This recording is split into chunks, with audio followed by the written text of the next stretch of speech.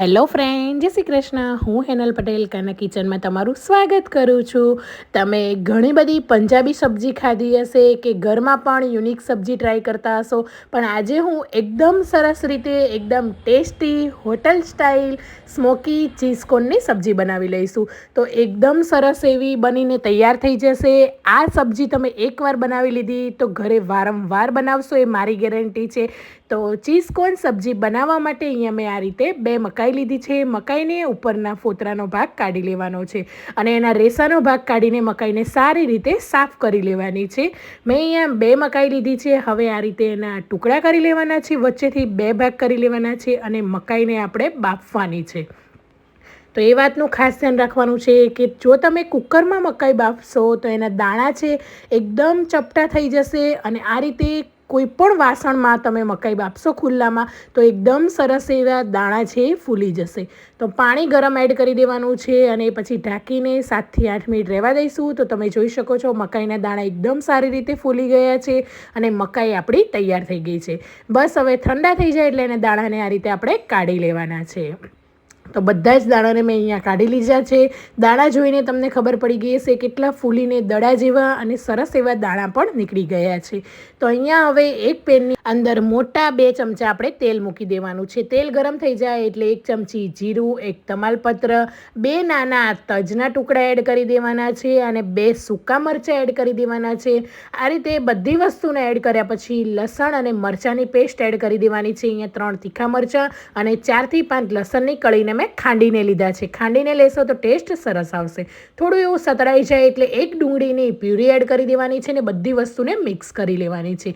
ગેસની flame medium રાખવાની છે અને આપણે જે ગ્રેવી છે એને સાતળવાની છે. અડધી ચમચી મીઠું કે પછી સ્વાદ પ્રમાણે મીઠું એડ કરવાનું છે. અહીંયા 2 મોટા ટામેટાની મેં અહીંયા પ્યુરી કરી છે, એને પણ આપણે એડ કરી દેવાની છે. તમે શાકની ક્વોન્ટિટીમાં કોઈ પણ માપ સાથે ડુંગળી તમે વધારે લઈ શકો છો, ટામેટાની પ્યુરી ઓછી લઈ શકો છો. તમે તમારી રીતે આ શાકનું માપ સેટ કરી શકો છો. 1 ચમચી હળદર, 1 ચમચી ધાણા જીરું, 1 ચમચી લાલ મરચું પાવડર એડ કરીને ફરીથી બધી વસ્તુને મિક્સ કરીને ઢાંકીને એકદમ સારી રીતે તેલ ઉપર આવી જાય ત્યાં સુધી આપણે એને રહેવા દઈશું. એકદમ સરસ એવું તેલ ઉપર આવી ગયું છે, કૂક થઈ ગઈ છે આપણી ગ્રેવી, તો તમે જોઈ શકો છો. હવે અહીંયા મેં એક નાનું કેપ્સિકમને ઝીણા ઝીણા પીસીસ કરી લીધેલા છે, એને પણ આપણે એડ કરવાનું છે.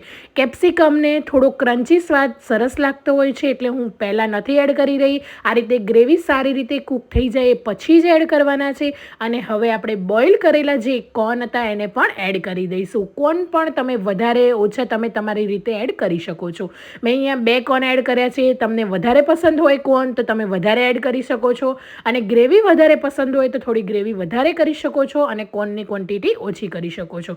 બધી વસ્તુને મિક્સ કરીને અડધો કપ જેટલું ગરમ પાણી, 1 મોટી ચમચી જેટલું કાશ્મીરી લાલ મરચું એડ કરવાનું છે અને 1 ચમચી જેટલો ચણાનો લોટ. આજની રેસીપીની મેઇન ટિપ્સ આ જ છે કે જ્યારે તમે મકાઈની સબ્જી બનાવો છો ત્યારે ચણાનો લોટ 1 ચમચી એડ કરવાથી જે ગ્રેવી છે એ છૂટી નથી રહેતી અને એકદમ સરસ એવી લચકેદાર સબ્જી આપણી તૈયાર થઈ જાય છે. અડધી ચમચી ગરમ મસાલો અને સ્વાદ પ્રમાણે અહીંયા મેં મીઠું એડ કરી દીધું છે. જો તમે વધારે પડતું મીઠું પહેલાં જ એડ કરી દેશો તો પાછળ એડ કરવાની જરૂર નહીં પડે. મેં અહીંયા ગ્રેવીમાં થોડું અને થોડું પાછળથી એડ કર્યું છે. ફરીથી અડધો કપ પાણી એડ કરીને ઢાંકીને રહેવા દઈશું. તો તમે જોઈ શકો છો એકદમ સરસ એવી સ્મૂથ ગ્રેવી થઈ ગઈ છે. તેલ પણ ઉપર આવી ગયું છે અને જે આપણે 1 ચમચી બેસન એડ કરેલો એનાથી એકદમ સરસ એવું શાક બની ગયું છે.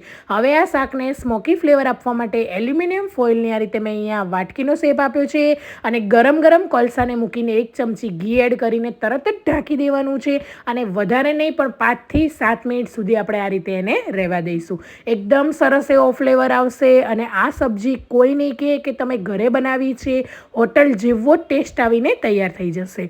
તો ફરીથી હવે આ રીતે ઢાંકણ ખોલીને આપણે જે કોલસો મૂકેલો એને બહાર કાઢી લેવાનો છે અને શાકને એક વખત આ રીતે કન્ટિન્યુઅસ મિક્સ કરી લેવાનું છે અને ઉપરથી લીલા સમારેલા ધાણા એડ કરી દેવાના છે. તો સબ્જી આપણી તૈયાર છે. તો તમે જોઈ શકો છો એકદમ ટેસ્ટી અને ખાવાની પણ ખૂબ જ મજા આવે. આ સબ્જી તમે પરાઠા સાથે ખાશો તો એકદમ સરસ લાગશે. હવે આપણે ચીઝ કોર્ન સબ્જી બનાવીએ છીએ. તો 1 ચીઝ ક્યુબને અહીંયા મેં નાના પીસીસમાં કટ કરીને એડ કરી દીધેલું છે. અને થોડું એવું સર્વિંગમાં પણ હું ગ્રેટ કરીને એડ કરીશ. જો તમને પીસીસ વધારે ગમતા હોય ચીઝના તો તમે વધારે પણ એડ કરી શકો છો. અને જ્યારે શાક ગરમ ગરમ હોય ત્યારે જ તમારે ચીઝ એડ કરવાનું છે અને જ્યારે જમવા બેસવાનું હોય ત્યારે જ ઉપરથી ચીઝ ગ્રેટ કરજો. એકદમ સરસ એવું ટેસ્ટી અને લાજવાબ શાક બનીને તૈયાર થઈ જશે. જો આ રીતે તમે મકાઈનું શાક ક્યારે ચીઝવાળું ના બનાવ્યું હોય તો એકવાર બનાવજો. બાળકોથી લઈને ઘરમાં બધાને આ સબ્જી ખૂબ જ ભાવશે અને તમે હોટલ રેસ્ટોરન્ટનું પણ ભૂલી જશો. તો શાક આપણું તૈયાર છે. તો કેવી લાગી આજની રેસીપી એ પણ જરૂરથી જણાવજો. Thank you for watching. મળીએ નવા